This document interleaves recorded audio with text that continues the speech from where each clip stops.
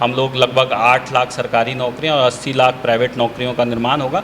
जब हर घर अमीर बनेगा, हम लोग गरीबी हटाने की बात नहीं कर रहे हैं, हम लोग अमीर बनाने की बात कर रहे हैं। इसको उद्योग का दर्जा नहीं है तो बस एक फसल है। जिस दिन ये उद्योग बन जाता है, ये सारी चीज़ें प्रोडक्ट बन जाएंगी, तो इंडस्ट्रियलाइजेशन होगा। तो क्यों जाएं हम लोग बाहर? आज बिहार में ऐसी नौकरियां नहीं है जिसके कारण मैं दिल्ली में नौकरी कर रहा हूँ, तो क्यों करूँ मैं बाहर? तो यही सेम क्वेश्चन हर एक युवा में है। और युवा जो है, हमारी जनसंख्या का लगभग 57.6% जनसंख्या जो है युवा है, और इस साल ही लगभग 1 करोड़ लोग युवा जो है आप कह सकते हैं 18+ हो गए हैं। तो कहीं ना कहीं बिहार को लेकर के हमारा टैगलाइन ये है कि love Bihar, hate politics. Plurals का एम ही यही है कि समाज के सारे पढ़े लिखे अच्छे लोग जो पॉलिटिक्स से दूर चले गए हैं, जो मेकिंग से दूर चले गए हैं, तो पुष्पम प्रिया मैम ने वो स्टेज तैयार किया है, और मैं उनको उस स्टेज पे अकेला नहीं छोड़ सकता था। पिछले 30 साल की बात हम लोग कहते हैं, 30 ईयर्स ऑफ लॉकडाउन, बिकॉज कि 30 साल पहले सारे स्टेट जो थे लगभग एक जैसे थे। उसके बाद इंडस्ट्रियलाइजेशन हुआ, और आप देख सकते हैं भारत कहाँ से कहाँ चला गया। भारत के अलग ही राज्य, गुजरात, पंजाब, हरियाणा, वो हमसे बहुत आगे निकल गए। मैं भी युवा हूँ और हमारी भी समस्याएं वही हैं। हमें पढ़ने के लिए बाहर जाना पड़ता है, नौकरी के लिए बाहर जाना पड़ता है, इलाज के लिए बाहर जाना पड़ता है। तो वही युवा, बाकी लोग भी हैं, हर एक घर में युवा हैं और उनकी समस्या वही है। नमस्कार, डे न्यूज़ देख रहे हैं आप, और डे न्यूज़ के साथ मैं हूं मिलिंद गुंजन। अभी हमारे साथ मौजूद हैं भागलपुर विधानसभा से प्लूरल्स पार्टी के उम्मीदवार, साथ ही दिल्ली के मल्टीनेशनल कंपनी में नौकरी कर रहे अमित आलोक। बहुत स्वागत है आपका अमित जी हमारे कार्यक्रम में। धन्यवाद सर, धन्यवाद। आप अच्छे खासे दिल्ली में नौकरी कर रहे थे मल्टीनेशनल कंपनी में, और अब ये राजनीति में अचानक कैसे आखिर राजनीति में आना हुआ? राजनीति में आने का फ़ैसला बहुत ही आकस्मिक था, पर जब मैं प्लूरल से जुड़ा, और प्लूरल्स की विचारधारा यही है कि राजनीति कुछ और नहीं है, it is just about policy making. जो देश जितनी अच्छी पॉलिसी मेकिंग करते हैं, उनकी पॉलिटिक्स उतनी अच्छा होती है। और मुझे लगता है कि मैं हेल्थ केयर की बहुत अच्छी पॉलिसीज़ बना सकता हूँ। तो मुझे बिल्कुल लगा कि ये एक अच्छा प्लेटफॉर्म है, जो हम बिहार के बारे में चीज़ों की शिकायत करते रहते हैं, तो क्यों ना मैं पॉलिटिक्स में आऊँ और अपने बिहार के लिए, अपने भागलपुर के लिए अच्छी पॉलिसीज़ बनाऊँ जिसका फ़ायदा सबको मिल सके।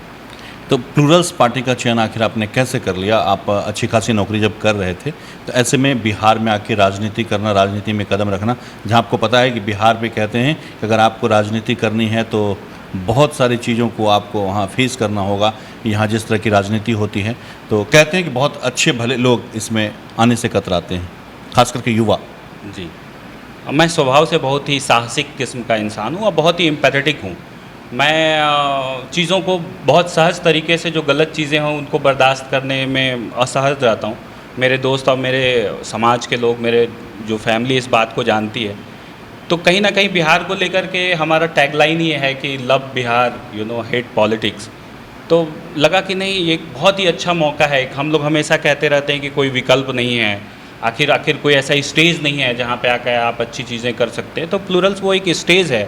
प्लूरल्स का एम ही यही है कि समाज के सारे पढ़े लिखे अच्छे लोग जो पॉलिटिक्स से दूर चले गए हैं, जो पॉलिसी मेकिंग से दूर चले गए हैं, तो पुष्पम प्रिया मैम ने वो स्टेज तैयार किया है, और मैं उनको उस स्टेज पे अकेला नहीं छोड़ सकता था। मुझे लगा कि नहीं, मुझे भी उनके साथ आगे आना चाहिए और अपने समाज के लिए कुछ करना चाहिए। और जो पॉलिटिक्स से लेके यहाँ पे चीज़ें हैं जो डिफ़िकल्ट कही जाती है, वो एक नैरेटिव है। मैंने जब से ज्वाइन किया मुझे कोई दिक्कत नहीं हुई है। यहाँ लोगों से मिलके, यहाँ से पॉलिटिक्स करके, यहाँ पॉलिसी बनाने में लोग बहुत सहज हैं बिहार के, तो मुझे कोई अभी तक असुविधा नहीं हुई है। देखिए, आपने जहाँ से नामांकन किया, यहाँ से कई दिग्गज मैदान में हैं, और कई राजनीतिक पार्टियों से जुड़े हुए वो लोग, उनके साथ आपका मुकाबला है। और ऐसे में जब आपने राजनीति में कदम ही रखा है अभी, तो कैसे सामना कर पाएंगे आप उन प्रत्याशियों का? लोगों के बीच जाकर आखिर अमित आलोक क्या कहेंगे? बिल्कुल, हम लोग यही बता रहे हैं लोगों को, और ये सच्चाई भी है कि जो पिछले, हम लोग जब बहुत पीछे नहीं जाते हैं, पिछले 30 साल की बात हम लोग कहते हैं, 30 ईयर्स ऑफ लॉकडाउन, बिकॉज कि 30 साल पहले सारे स्टेट जो थे लगभग एक जैसे थे। उसके बाद इंडस्ट्रियलाइजेशन हुआ, और आप देख सकते हैं भारत कहाँ से कहाँ चला गया। भारत के अलग ही राज्य, गुजरात, पंजाब, हरियाणा, वो हमसे बहुत आगे निकल गए और हम पीछे ही चले गए। आज भी हमारी जनसंख्या का 52.2% जनसंख्या जो है उसको बेसिक सुविधाएं नहीं हैं। आज भी हमारी जनसंख्या का 36% जनसंख्या है जो इलिटरेट हैं। आज भी पूरे बिहार में 18,000 लोगों पे एक डॉक्टर है। तो जो ये संख्या है ना, ये बड़ी अमानवीय संख्या है। और हमें लगता है कि बिहार के लोग अब बहुत जागरूक हो गए, खास करके आज का जो फास्ट इंटरनेट का युग है, तो लोगों तक बहुत आसानी से पहुंचा जा सकता है और लोग बहुत सहज हैं। अगर हम उनको अच्छी बात बताते हैं, सच्ची बात बताते हैं, तो वो हमसे जुड़ रहे हैं और हमें पूरा भरोसा है कि इस बार हम लोग मेजॉरिटी के साथ आएंगे। कितना समर्थन मिल रहा है जब तक जितने लोगों से आपने मुलाकात की होगी, आप मिले होंगे, आपने राजनीति में कदम रखा है, तो जो लोगों से मुलाकात हो रही, कितना रिस्पांस मिल रहा है आपको? बहुत ही अच्छा रिस्पांस है, खास करके युवाओं का बहुत ही अच्छा रिस्पांस है, क्योंकि मैं भी युवा हूँ और हमारी भी समस्याएं वही हैं। हमें पढ़ने के लिए बाहर जाना पड़ता है, नौकरी के लिए बाहर जाना पड़ता है, इलाज के लिए बाहर जाना पड़ता है। तो वही युवा, बाकी लोग भी हैं, हर एक घर में युवा हैं और उनकी समस्या वही है। मुझे भी पढ़ने के लिए बाहर जाना पड़ा। मैं श्री रामचंद्र मेडिकल कॉलेज से पढ़ाई किया मैंने, फिर स्टैनफोर्ड यूनिवर्सिटी से पढ़ाई किया मैंने। तो क्यों जाएं हम लोग बाहर? आज बिहार में ऐसी नौकरियां नहीं है जिसके कारण मैं दिल्ली में नौकरी कर रहा हूँ, तो क्यों करूँ मैं बाहर?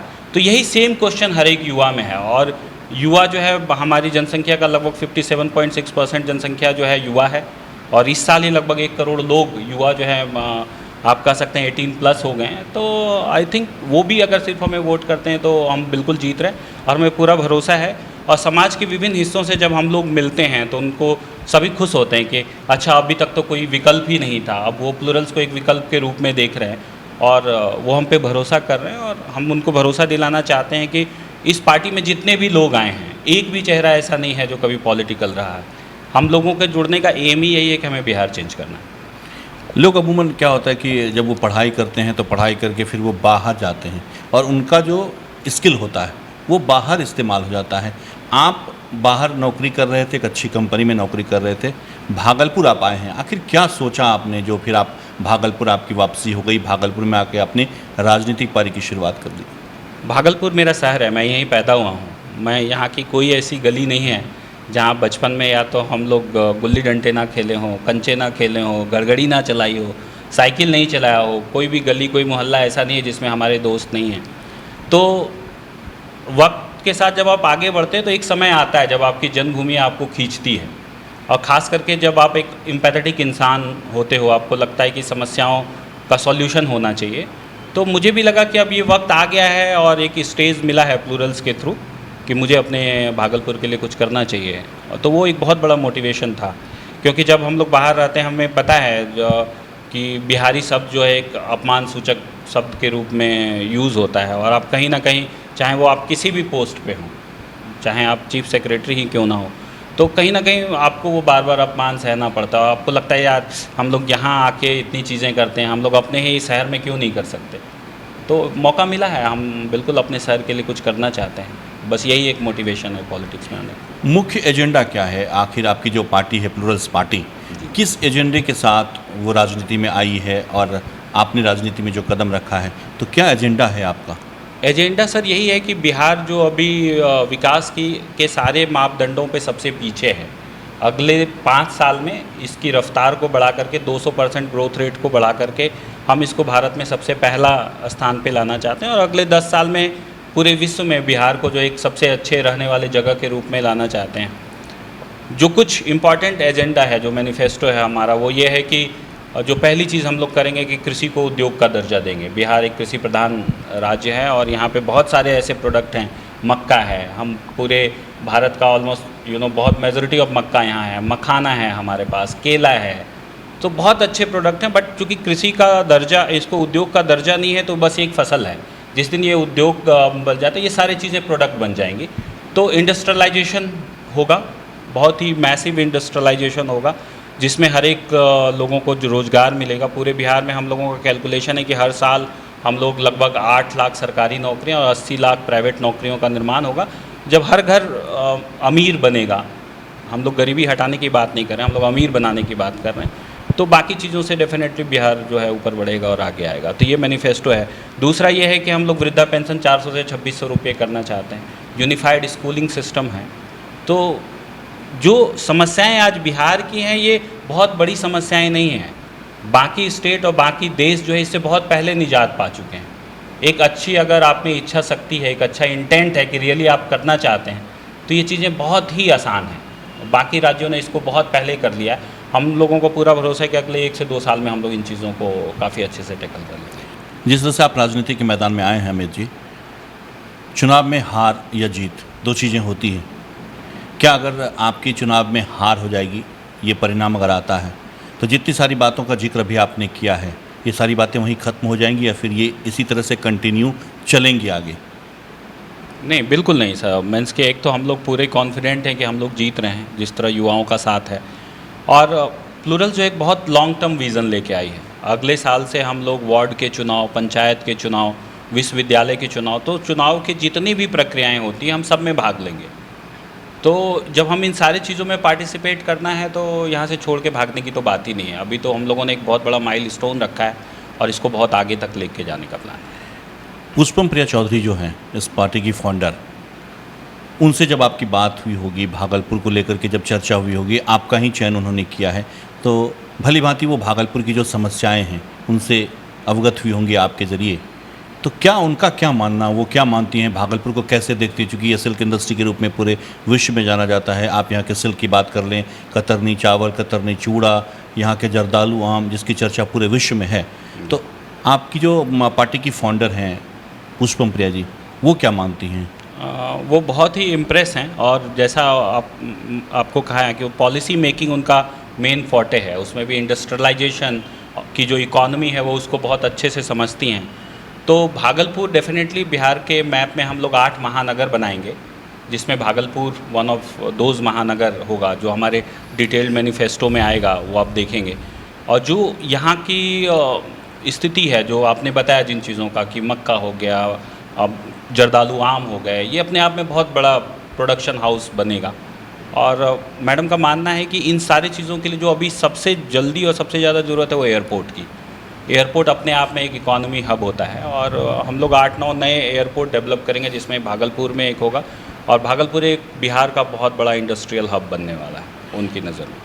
जो एयरपोर्ट की बात आप कर रहे हैं, इसको लेकर के पिछले कई वर्षों से भागलपुर में राजनीति बहुत हुई है, लेकिन नतीजा सिफर रहा है। अब तक लोगों को एयरपोर्ट जो मिलना चाहिए वो नहीं मैसर हो पाया है। आपने भी यहाँ की स्थिति को बहुत करीब से देखा, आप यहीं के रहने वाले हैं। क्या लगता है आपको कि एयरपोर्ट बन पाएगा भागलपुर में?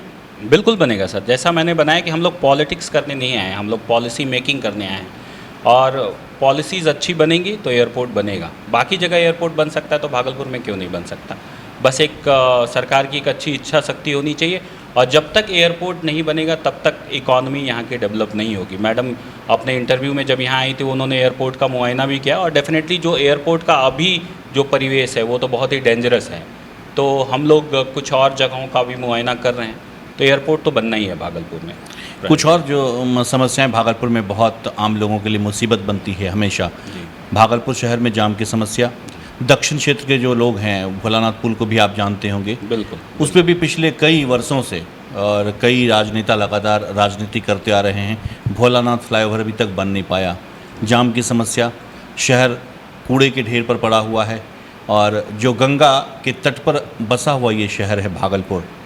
तो इन सब चीज़ों को लेकर के क्या आपके अंदर कोई बातें चल रही हैं, कुछ प्लानिंग है और कभी आपने बात की है अपने पुष्पम जी से कि कैसे इन समस्याओं से निपटा जा सकेगा अगर प्लूरल्स जीत कर आती है तो? बिल्कुल सर, मैडम का बहुत ही स्ट्रांगली मानना है कि हमारी 45 तरह के अलग अलग प्रशासनिक विभाग होते हैं, शायद इतनी हमारी दिन भर की ज़रूरतें नहीं होती।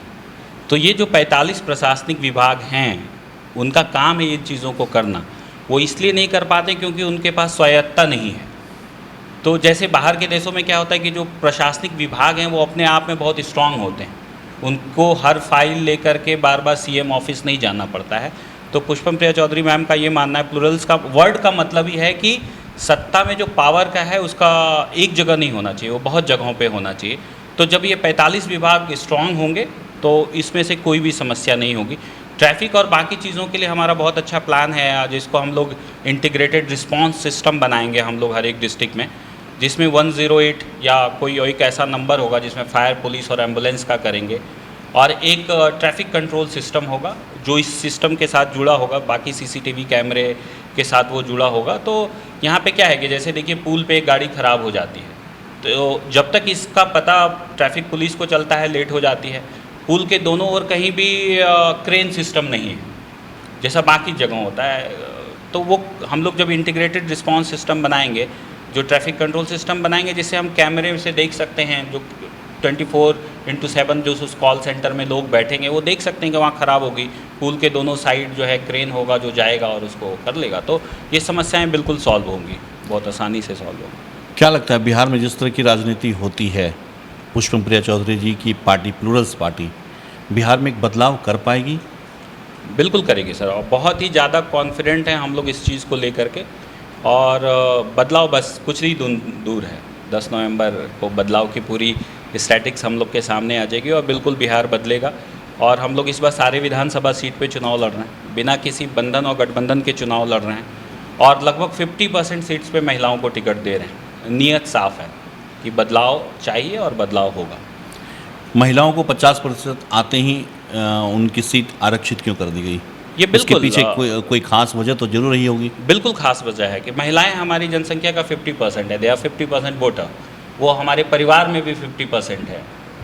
तो जब भी बात पॉलिसी मेकिंग की आती है तो सरकारें क्या कहती है कि एक छिछला आपसे कॉन्फिडेंस ये करती हैं, भरोसा देती हैं कि हम महिलाओं को ये देना चाहते हैं, वो देना चाहते हैं। जब महिलाएं लेजिस्लेशन में ही नहीं होंगी, जब वो अपने लिए नियम बनाने के कगार पे ही नहीं होगी, आप नियम बना के उनको हाथ में थमाएंगे, तो मैडम का मानना है उनको लेजिस्लेशन में होना जरूरी है। तो जब वो अपने लिए अपने घर के अंदर के भी नियम बनाएंगी, घर के बाहर के नियम बनाएंगी, तभी एक समृद्ध समाज बन सकता है। They deserve 50%। अब कुछ व्यक्तिगत सवालों की तरफ चलते हैं। आपका राजनीति में आना, आपके परिवार से कितना सपोर्ट है? पहले तो थोड़ी घबराहट थी, और मैं बहुत लकी हूँ कि मेरी वाइफ और मेरे माँ बाप जो हैं, मेरा बच्चा है अभी 9 ईयर का, वो तो बहुत चीज़ों को नहीं समझ रहा है, बट खुशी की बात है कि उसको भी सारे डिस्ट्रिक्ट के नाम याद हो गए, ब्लॉक के नाम याद हो गए। मैं बहुत लकी हूँ, मेरी फैमिली बहुत अच्छे से सपोर्ट कर रही है, और वो जानती है कि मुझे इन सब चीज़ों से सुख मिलता है, सुकून मिलता है जब मैं दूसरों के लिए अच्छा करता हूँ, वो मेरा नेचर है, तो वो बहुत सपोर्ट कर रहे हैं। तो घर की गृह मंत्री जो आपने कहा कि आपकी वाइफ, उनका सपोर्ट है आपको? कभी कभी घबराती हैं, कभी कभी बहुत घबरा जाती हैं जब वो न्यूज़ चैनल में बाकी चीज़ों को देखती हैं, बट वो जानती है स्ट्रॉन्ग ये कर लेगा, तो थोड़ा डरा बोलती है कि अपने आप को सेफ रखना, ये रखना, बट अब वो कर रही है, खुश है वो। तो चलते चलते क्या कहना चाहेंगे इंडियन न्यूज़ के माध्यम से आप भागलपुर के नागरिकों से, यहाँ के युवाओं से क्या कहना चाहेंगे आप? जी हाँ, कहना चाहते हैं कि सर हम लोग हमेशा से एक शिकायत करते रहते थे कि पिछले 30 साल में हमारे पास विकल्प क्या है, विकल्प क्या है, हम आखिर इसको नहीं दें तो किसको दें। तो हम लोग जो है, जो प्लूरल्स पार्टी के लोग हैं, वो हम लोग अपना सब कुछ छोड़ के आए हैं आप लोगों के लिए, अपने भागलपुर के लिए। और पुष्पम प्रिया मैम अपना सब कुछ छोड़ के आई हैं, जितने लोग जुड़े हैं वो सब हम लोग अपनी एक अच्छी ज़िंदगी जी रहे थे। तो आप लोग हम लोगों पे भरोसा कीजिए, आपके पास एक साफ़ सुथरे लोग हैं, साफ़ सुथरी पार्टी है, एक बार भरोसा कीजिए और देखिए फिर चीज़ें कितनी अच्छी होंगी। बहुत शुक्रिया अमित जी आपका हमसे बात करने के लिए। आपका भी सर, एंड इंडियन न्यूज़ का भी थैंक यू सो मच। तो ये थे हमारे साथ भागलपुर से प्लूरल्स के उम्मीदवार अमित आलोक जी, जिन्होंने बहुत ही बेबाकी के साथ कहा कि आखिर प्लूरल्स से ही उम्मीदवारी इन्होंने क्यों दी है, क्यों ये इस पार्टी से जुड़े हैं। राजनीति को एक नए तरीके से लोगों के बीच लेकर के आना है, पॉलिसी बनाना है लोगों के लिए, क्योंकि आम लोगों के लिए ही राजनीतिज्ञों का काम होता है पॉलिसी बनाना। महिलाओं की भी बात इन्होंने कही है, 50% अभी जो चुनाव लड़ रही है प्लूरल्स, उसमें आधी से अधिक सीटों पर लगभग उन्होंने महिलाओं को टिकट दिया है। तो एक बड़ा बदलाव इन्होंने किया और इनकी अपेक्षा है कि ये चुनाव में, अभी केवल इस चुनाव तक नहीं बल्कि जो ग्रास रूट लेवल होता है चुनाव का, बिहार में अगर बात करें तो वहाँ से भी ये शुरुआत कर चुके हैं और हर जगह अपने प्रतिनिधियों को ये भेज रहे हैं और आने वाले दिनों में भी प्लूरल्स की टीम इसी तरह से काम करेगी। बहरहाल इनके दावे में कितना दम है वो आने वाले जब परिणाम आएंगे चुनाव के, देखना होगा कि किस तरह से लोगों को ये कितना मोटिवेट कर पाए हैं, कितना समझा पाए हैं। कैमरा पर्सन सुबोध के साथ मिलिंद गुंजन, इंडियन न्यूज़।